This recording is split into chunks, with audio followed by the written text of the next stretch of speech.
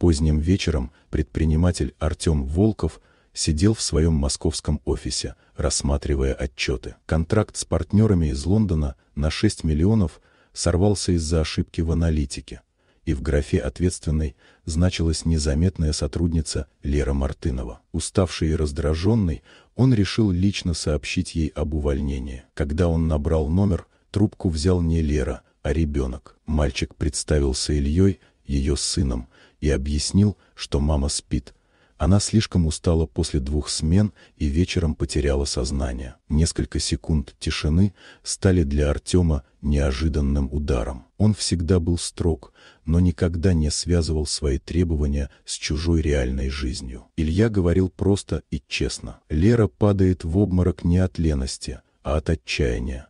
Она работает почти без выходных, потому что копит деньги на его реабилитацию после 2 операций. Еще одна, очень дорогая, была впереди. Мальчик боялся только одного: если мать уволят, он снова потеряет шанс ходить. Эти слова раздавили привычную холодность Артема. Все, что он считал рабочими замечаниями, для Леры было ежедневным стрессом, который она скрывала, чтобы не потерять работу. Он неожиданно для себя сказал, что приедет к ним лично. Ночные московские улицы казались бесконечными, но впервые за долгое время Артем не думал о бизнесе. Он думал о женщине, которая в одиночку тянула ребенка-инвалида, и о мальчике, который говорил о своих страхах слишком взрослым голосом. У дверей старой многоэтажки Лера встретила его растерянной и явно испуганной. Она не понимала, почему ее руководитель стоит в коридоре в середине ночи. Илья тихо выехал в коридор на коляске, и тогда вся правда стала полностью очевидной. Лера не умела просить о помощи,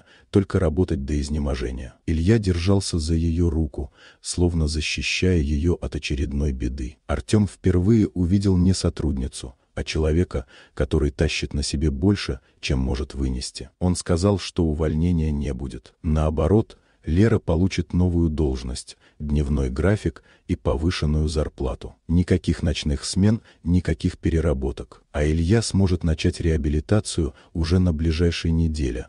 Он сам возьмет это под контроль. Лера слушала молча, со слезами на глазах, потому что не верила, что жизнь может повернуться к ней лицом. Илья тихо улыбнулся. Впервые за долгое время Волков понял, что настоящий бизнес строится не только на цифрах, а на людях, судьбах и ответственности. Один поздний звонок, один честный голос ребенка и одна ночь полностью изменили не только его решение, но и отношение к собственной жизни. Иногда маленькая правда способна изменить целый мир.